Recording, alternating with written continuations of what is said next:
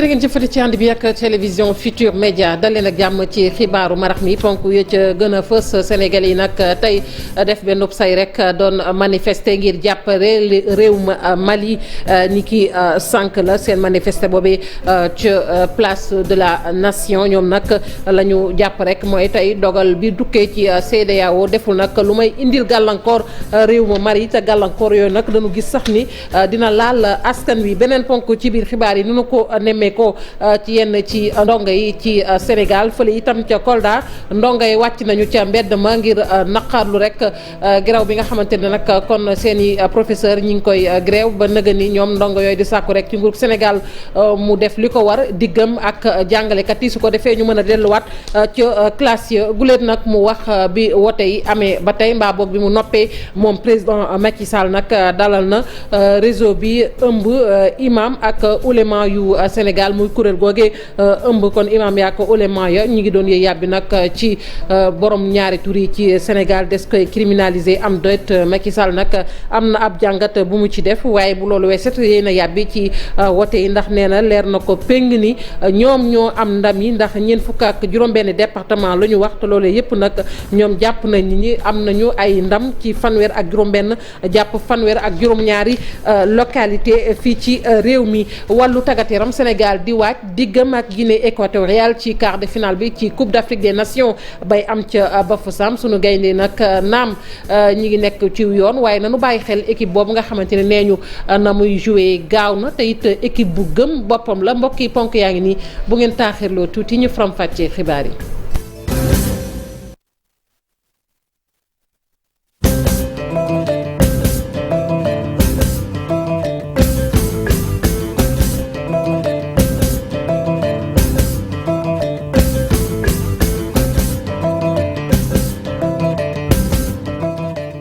dale nag jàmm ci xibaaru marax mi ni ñu ko waxee woon ci ndoxteel yi Sénégal yi nag tey danoo def benn say rek dem ba fële ci place de la nation ngir doole li ji réew Mali gunge ko jàppale ko ci jafe-jafe yi ñuy dund jamono ji ñu jàpp ni kuréel gi di CEDEAO nag moo ko teg réew Mali te loole nag ñu gis ni ay milliards la ci Mali ñàkk bu ko weesoo tamit ñu ne ay jafe-jafe dana am laal askan wàcc Mali leeral yi ak Aminata Mbaare Sow ñàkk kon ñu dellusiwaat ci ak Aminata Mbaare Sow laata ñu jeexal xibaar yi ni ma ko waxee woon tamit ci ponk yi fële moom ca Kolda ndongo ya génn nañu wàcc ca mbedd ma ñaxtu jàppale seen i ñooñ ni ñu ko nemmeekoo nag daanaka ci diiwaan yëpp ci Sénégal ñu ngi wéy di sàkku nag ci nguuru Sénégal ngalla la ko warloo diggam ak jàngalekat yi mu def ko su ko defee ndongo yooyu mën a delluwaat ca classe ya ba ñu noppee ci seen doxu ñaxtu boobu yegg nañu ba ci gouverneur bu diiwaanu Kolda jébbal ko ab bataaxal dëxëñ ca seenub naqar Abdoulaye Diallo.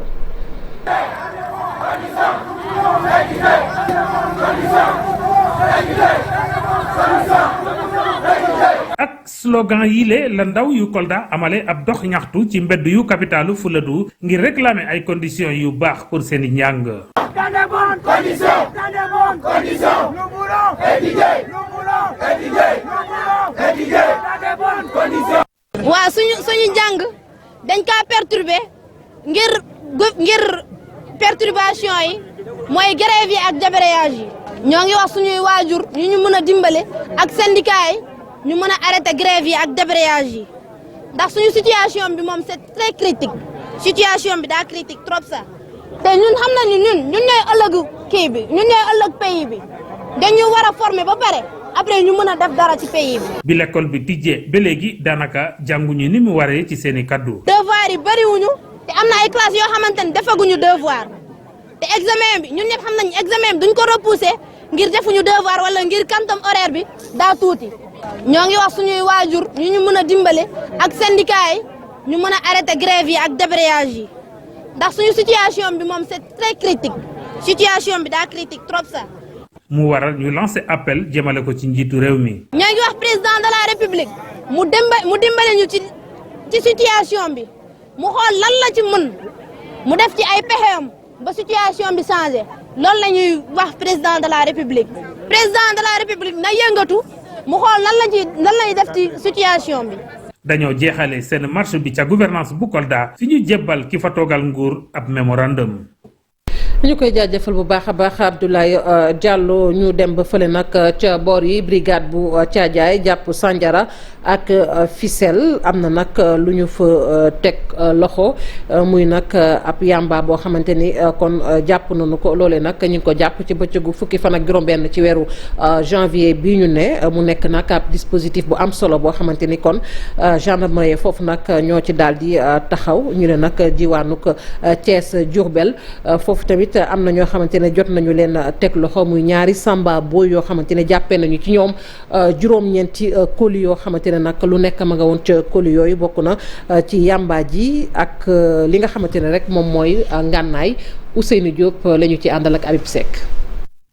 ndawi douane yi nekk ci bët gànnaaru réew bi ci atum 2021 bi ay résultats yu mucc ayib la ñu daal di def ci wàllu liquidation ak ay droits taxes yi nga xamante ni daan nañ koy am toll na ci juróom-ñaari milliards yu teg bu fekkee ni itam lii di recette contentieuse yi loolee mi ngi toll ci juróomi téeméer ak juróom ci ay millions. douane bi nekk ci bët gànnaaru réew mi daal di ëmb Louga Saint-Louis ak Matam dugal nañ ci gafaki réew mi lu toll ci juróom-ñetti milliards ak ñetti téeméer ci ay millions. bureau bu Rosso bokk ci bureau yi nga xamante ni ñoo gën a njaxlaf ci mbir mi ndaxte foofee dem ak dikk bi dafa gën a tar recette yi nga xamante ni nemmeeku nañ ko mu daal di jógee ci bureau bu ni mel toll na ci juróom-ñaari milliards ak juróomi téeméeri millions. buñ ko xayma ci la ñu dugal ca gafak réew mi téeméer boo jël juróom-ñeent fukk ya fa la bàyyeekoo. bu fekkee la ñu jàpp ci ñuy def mbuxum ak lu ñu mel loolee toll na ci juróom-benn fukk ak juróom-ñeent ci ay millions ñu jàpp ci nag ñetti téeméer ak juróom-ñeent fukk ci ay chanvre indien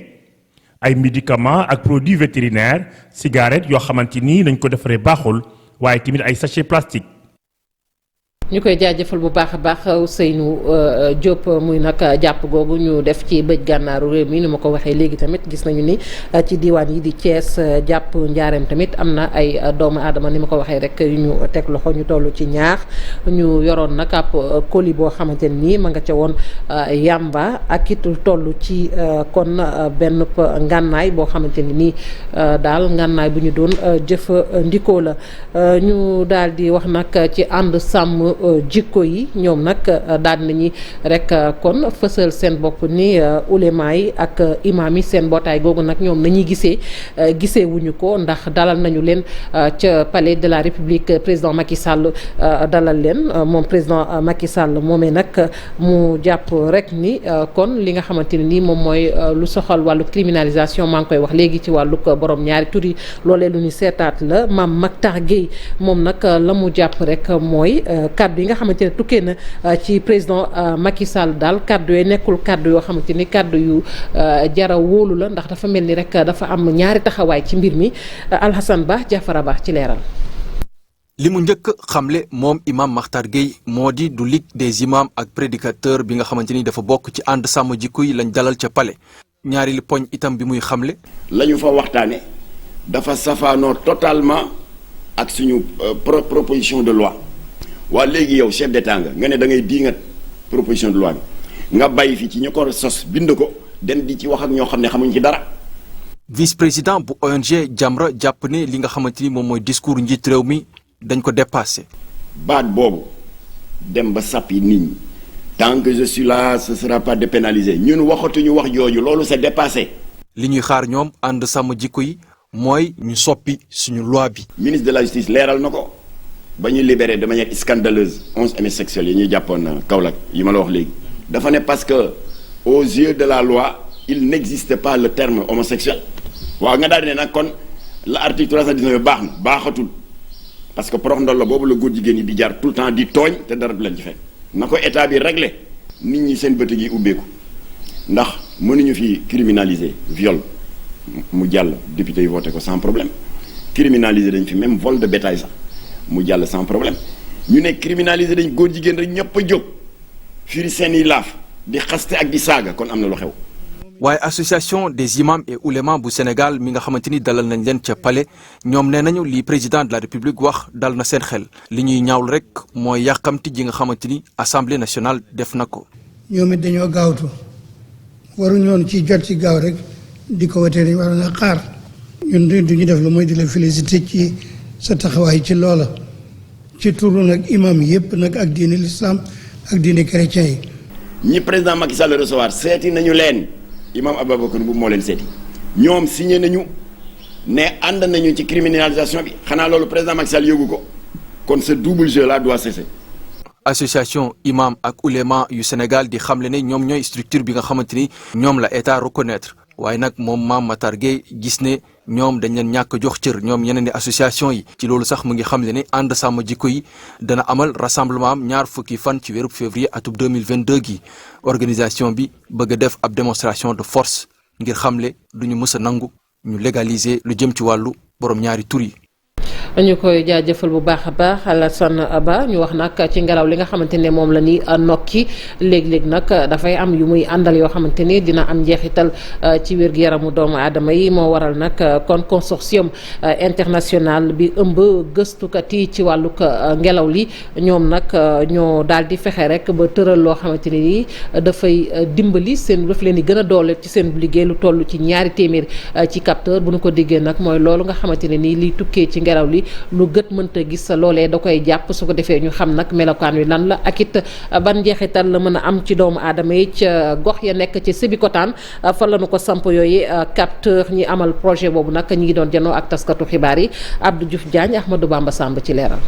Sébikotane ak màggaayu dëkk ba rax si dolli usines yu bëri yi nga xam ne ñoom ñoo fa nekk tax nokki fa nag ngelaw loo xam ne amul tooke jafe lool la ngir ñu xam naka tolluwaayu tooke joojule moo tax nag lu tolloog 200 capteur yoo xam ne ñu ngi ko defaree xasuma xottu butéel la moom la ñu daal di yóbbu nag ci lu tolloog 3 quartier yoo xam ne ñoo nekk ca gox ba ak Dougar nekk ci commune bu Diamniadio. dina fi nekk juróom-benn weer fin juin lañ koy récupérer balaa muy taw parce que bu tawee di ngeen comprendre ni bu tawee ba ndox mi laal xas yi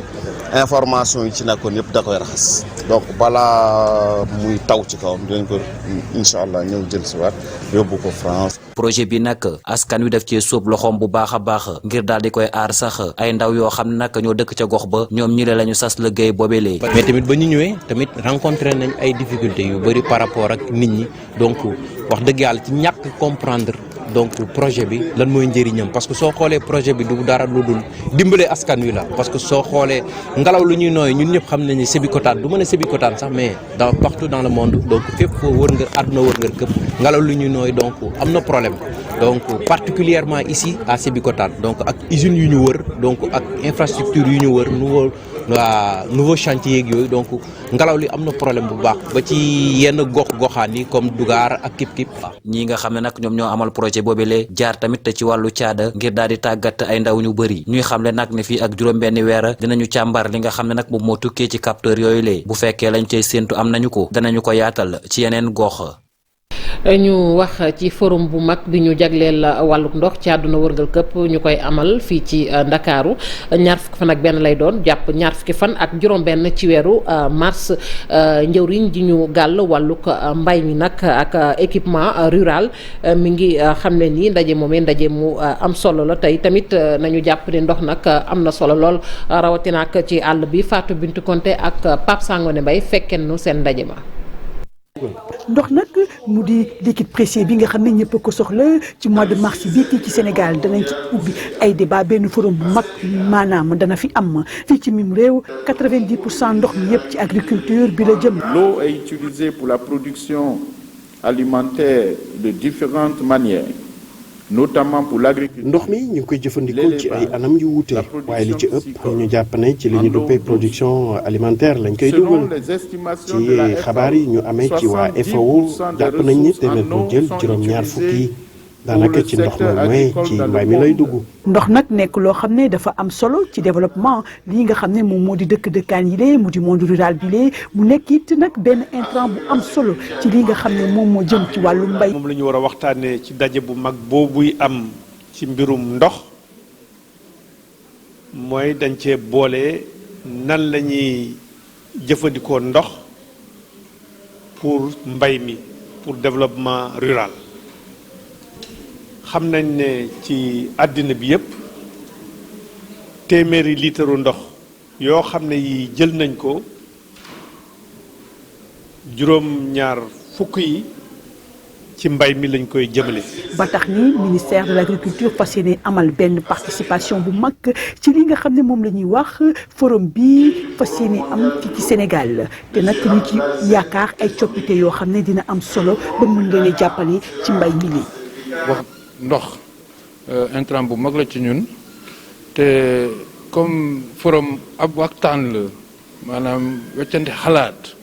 ñun ministère de l'agriculture dañu ne dinañ am taxawa ci forum boobu léegi dañu organiser wu defar benn comité lëkkaloo ak secrétariat exécutif ministère de l'eau ak FAO pour xool ban taxawaay lañ ci am pour jël ci njëriñ bu gën a bari.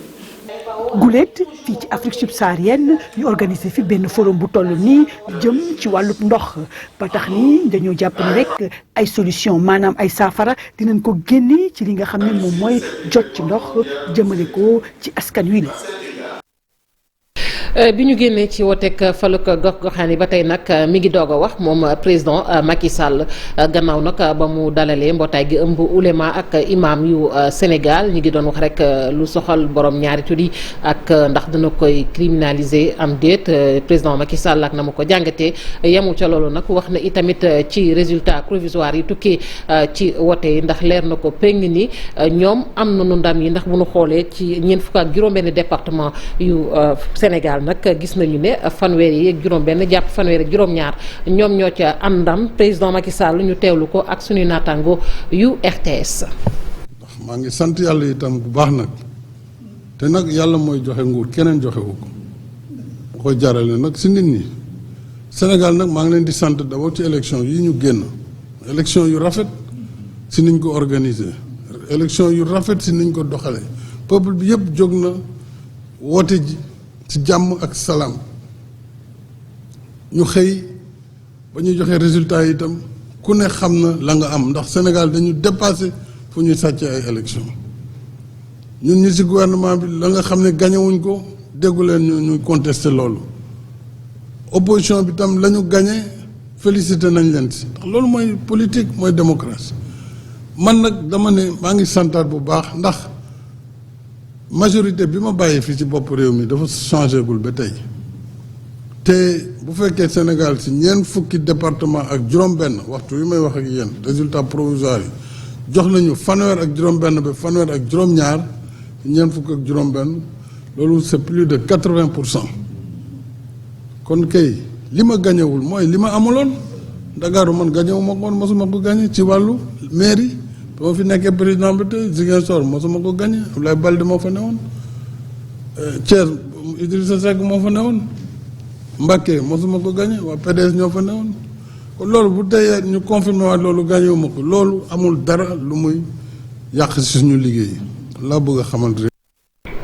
résultat yooyu noppee guñu ca dañuy doxantu ba diwaanu Thiès des nag ci résultat yi tukkee ci woteek gox-goxaan yi dañu fay fekk ji Cheikh Anta Diop maa ngi lay nuyu bu baax a baax Cheikh Anta Diop. maa ngi lay fay soxna Fatou Kiné Deme. ma ngoog loolu mën a baaxee ci résultat yooyu tukkee ci local yi ca diwaanu Thiès. waaw ci diwaanu Thiès li ñu mën a wax rek mooy maanaam mën nañu jàpp ne wuré wa dem na këng ndaxte Yewwi Askan Wi moom moo mujjee gagné nag élection yi mairie ville bi Yewwi Askan Wi moom moo ko gagné moom moo gagné commune bu Thiès Est moom moo gagné commune bu Thiès Nord moom moo gagné commune bu Thiès Ouest lenn rek la bàyyeek ak waa Benno Bokk Yaakaar moom mooy département bi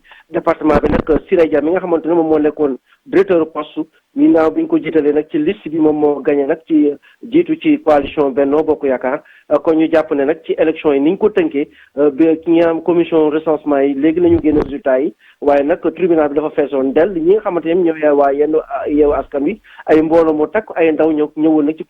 tribunal bi doon wooyee ko fecc ñu mën na jàpp ne daal fii ci Thiès daal mën nañoo jàpp ne am na benn configuration politique waaye nag gis nañ ne aussi coalition ànd Siggil Thiès Ablaye Dieye jiite ko moom it gis nañ ne coalition la boo xam ne def na ay percée ndaxte am na ay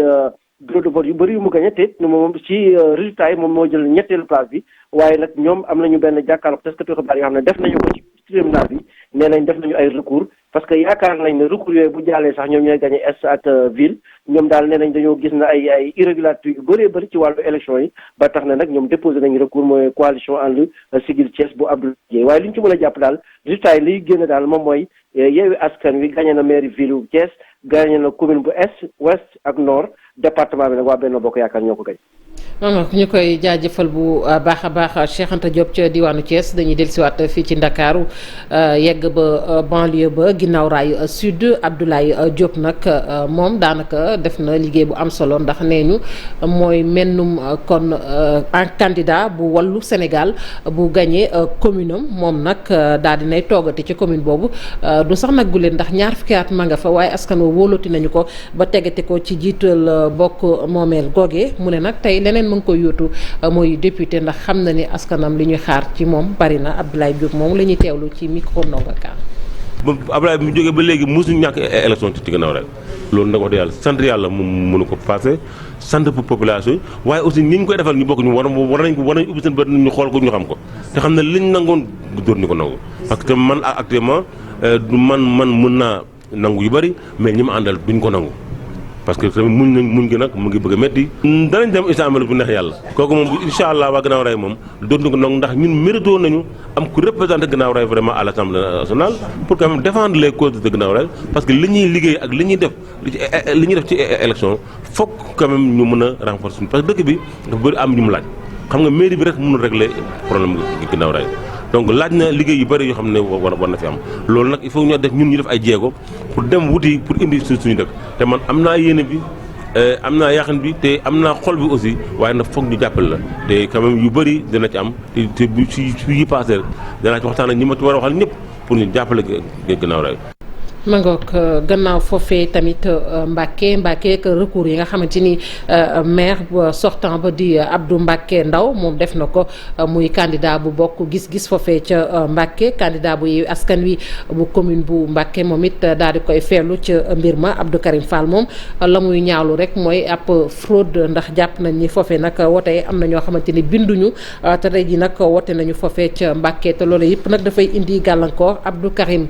Fall muy candidat bi nga xamante ne nag moom dañu ko daal di gagné ca Mbàkke muy candidat bu Yewwi Askan Wi ñu teewlu ay kàddoom ci micro Pape Balla Gaye. ci ñetti nit ñoo ñuy wax ak moom ñëpp fii lañ nekk ñaar ñi ci staff bi lañ nekk ñetteel bi kooku lañ yónni woon Kër Galo Ba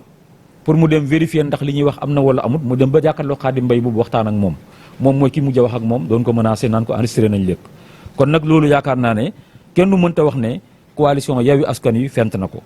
donc li ñuy wax ci ay preuves yu leer naa ñu lañ ko teg moo tax jël nañu wax jooju yóbbu ko ci huissier de justice mu defal ñu transcription bi maanaam mu dindi jël wax ji def ko ci këyit ci làkku tubaab ak làkku wolof comme ça ñu mën a porter plainte contre Khadim Mbaye am na beneen Khadim bëgguma àgg ci sant bi mais Khadim boobu defe naa ne bu ñu porter plainte danañ ko ci boole mais moom réquisition moo koy mën a génne ndax moom la njëkk a waxal mu ne moom ci boppam moo koy defar te aussi mën nañoo arranger defaral ñu ci. il s'est rétracté après bi ñu ko woowaatee mais je pense que bu ñu porté plainte inspecteur bi ñu ko jox muy police muy gendarmerie bu defee réquisition parce que am nañ numéro téléphone yu ko woo bu defee réquisition ci numéro téléphone yooyu danañ mën a génne conversation bi def ak moom. mangook élection départementale yi fële moom ca Kanel nag Kanel googee ñu gis ni nag liste Nafoore ba moom daanaka moo sës rëkk ci waa Benno Bokk Yaakaar loole nag daanaka apériste yi ñoom gisewuñu ko lu rafet ndax loole sax merloo la leen lool naam sax am na ay recours yoo xamante ne nag daal dinañ koy dugal ca cour d'appel bu Saint-Louis ndax candidat yu Nafoore yi ñoom dañu jàpp rek ni yëf yi daal am na lu cay ñuul manko woon nañu sax nag dem ca conseil départemental ba ngir di sàkku rek ñu sàmmonteek résultat yu tukkee ca mbañ gàcce ya dañuy dem ba diwaanu Matam fekk ji fa Ali Bandel Ñaaw. ñu ngi bawoo ci fukki commune ak ñaar yi bokk ci département bu Kanel ñëw kon ne kenn du foqarti ndam li ñu amee ci wote yi ñu génn dimanche bi passé apériste yi nga xam ne nag ci liste Nafoore la ñu jaaroon ci njiitalu Daouda Dia nekk sax premier questeur ci assemblée nationale li leen gën a metti di conférence de presse bi président sortant bi namoon amal ngir kon revendiquer victoire bi ci département bi. li ñu fi indi rek tànk jàmm la ak di réclamer li nga xam ne ñun ñoo ko moom parce que dañu xëy dem ci ay élection du 23 ci biir élection du 23 ci biir ñetti coalition yooyu le dimanche ba ci lundi bi ci guddi ñu ngi ci am ay résultats yoo xam ne c'était des résultats tellement positifs lu toll ne nag juróom-ñaari at defe naa bu fekkee gagné nay élection waroon na ko xam en moins de 24 heures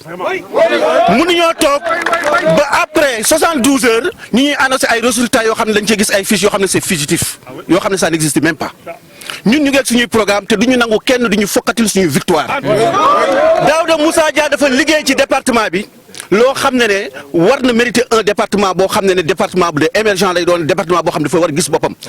mënuñoo am ay communes yu mag di liggéey di wàññi suñuy PV ba xam position buñ toll xam décart bi nga xam ne moo nekk ñun ak benn bokk yaakaar ñu toog bëgg a foqati suñu ndam duñ ko nangu tey te duñ ko nangu ëllëg lépp lu mu jaral département bi jaral nañu ko ñun ñëpp. askan wi dañoo exprimer wu nañ leen jox seen i droit de vote ni mu waree dañoo bokk ci Nafoore exprimer seen i voix xam ne dañoo gañ bu ko foqati seen loxo duñ ko nangu tey duñ ko nangu ëllëg. xiiroog ngaayoo gi ci seen biir nag localu 2014 la tàmbali woon ñii njëkk a ànd ak Macky Sall laata muy jëli nguur gi ak ñi ñuy dippee ay éternel transhumant mosuñoo neexoo benn yoon bile yoon nag mel na ni gars yi takku nañu ba dëgër ngir kon fokkarti département bi ci loxoy Abdoulaye Anne mi nga xamante ni conférence de presse ba mu bëggoon amal daf ko mujjee reprogrammé bile yoon sax ca Ourossogui. ñu koy jaajëfalaal yi Bandel ñoŋ laata ñuy tàggatoo rek ci tënk di fàttali jongante bi war a dox ci diggante sunu gaynde yi Sénégal yi ak waa Guinée équatoriale muy quart de finale bi ci Coupe d'Afrique des Nations bay am ca Bafoussam dibeer ji ñu dëkkmal lay doon ni ñu ko waxee nag Sénégal naam ma ngay defi jéego waaye na bàyyi xel boobee équipe ndax gaaw nañu ci nañuy joué te it gëm nañu seen bopp Guinée équatoriale génne Algérie ci jongante boobee Algérie nekkoon championne en titre ma nga ko mbokk yi lii moo fi gënoon fës ci xibaar yi ñu doon leen ko jot li jaajëfal leen yéen ñoo ñu fare woon ci machine bi ak ñi jàpp ci xibaar yi moom sotti ci kanam tuuti Leya Sukkay na Njaay dina fi teew ngir jukki leen xibaar yi ci nasaraan